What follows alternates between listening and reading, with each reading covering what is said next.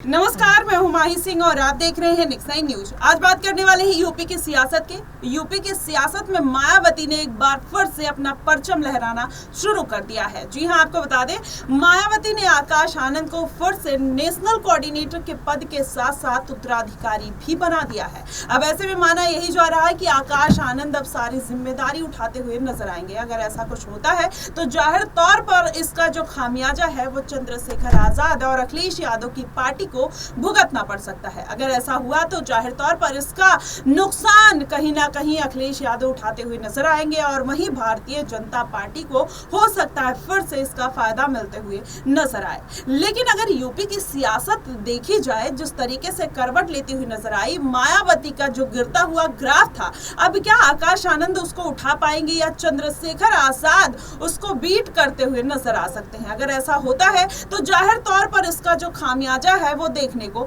मिल सकता है। आपको बता दें, ये पूरा जो माहौल बनता हुआ नजर आ रहा है इस बार के उपचुनाव में या 2027 के विधानसभा चुनाव की बात कर लीजिए, वहां पर कहीं ना कहीं एक हलचल देखने को मिल रही है। चंद्रशेखर आजाद उपचुनाव में लगातार 2 सीटों के लिए दावा ठोकते हुए नजर आ रहे हैं, वहीं इंडिया गठबंधन को चुनौती देते हुए नजर आते हैं। दरअसल अखिलेश यादव के साथ उनकी जब से अनबन हुई है तब से चंद्रशेखर आजाद एकदम फॉर्म में आते हुए नजर आ रहे हैं। वहीं अब आकाश आनंद ने भी अपनी पारी खेलनी शुरू कर दी है। अब आने वाले दिनों में हो सकता है आकाश आनंद भी करहल सीट और बिजनौर सीट पर अपना ताल ठोकते हुए नजर आए। अब ऐसे में अगर ऐसा कुछ होता है तो आकाश आनंद और चंद्रशेखर आजाद की जो लड़ाई है वो कांटे की टक्कर की होने वाली है। ऐसे में दोनों दलितों वोटर्स को कहीं ना कहीं अपने पाले में करने के लिए बड़े बड़े ऐलान करते हुए नजर आ सकते हैं। वहीं चंद्रशेखर आजाद ने पहले ही बोल दिया था कि अगर वो संसद पहुंचते हैं तो दलितों की आवाज बनेंगे। अब आकाश आनंद भी उसी रास्ते पर चलते हुए नजर आ रहे हैं।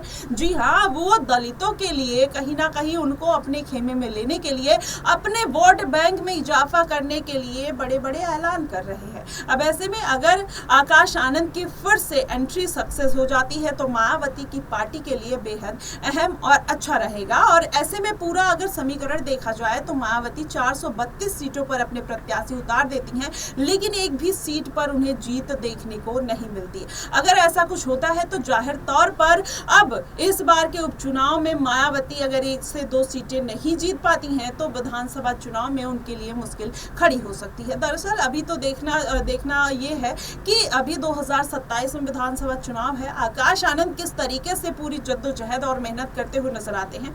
अगर वो आजाद को कहीं ना कहीं बीट कर देते हैं तो ऐसे में माना ही जाता है कि आकाश आनंद वो चेहरा बन जाएंगे जो मायावती की पार्टी को जरूरत थी, एक उत्तराधिकारी के रूप में जरूरत थी, वो बात निकलकर सामने आ सकती है। अब ये पूरा जो मामला है वो इसी तरीके से लगता हुआ दिखाई दे रहा है। पूरा जो यूपी की सियासत है कहीं ना कहीं मायावती अब अपने खेमे में लाते हुए नजर आएंगी और आकाश आनंद की एंट्री हो सकता है वही दम और जोश के साथ फिर से करते हुए नजर आए। जिस तरीके से एक विवादित बयान कहीं ना कहीं आकाश आनंद को भारी पड़ जाता है, अब वो बयान क्या वो सोच समझ कर देते हुए नजर आएंगे। जनता को क्या बोलना है, नेताओं को क्या बोलना है, अलग अलग पार्टियों को किस तरीके से उनके ऊपर हमला करना है, ये सारी बातें अब आकाश आनंद को बहुत सोच समझ के साथ करनी होगी। देखना दिलचस्प होगा कि क्या वाकई में अब आकाश आनंद अपने उत्तराधिकारी की कमान और बागडोर एक बार फिर से संभाल पाएंगे या नहीं। आप हमें कमेंट बॉक्स में जरूर बताइएगा। फिलहाल के लिए बस इतना ही। देश और दुनिया की तमाम खबरों के लिए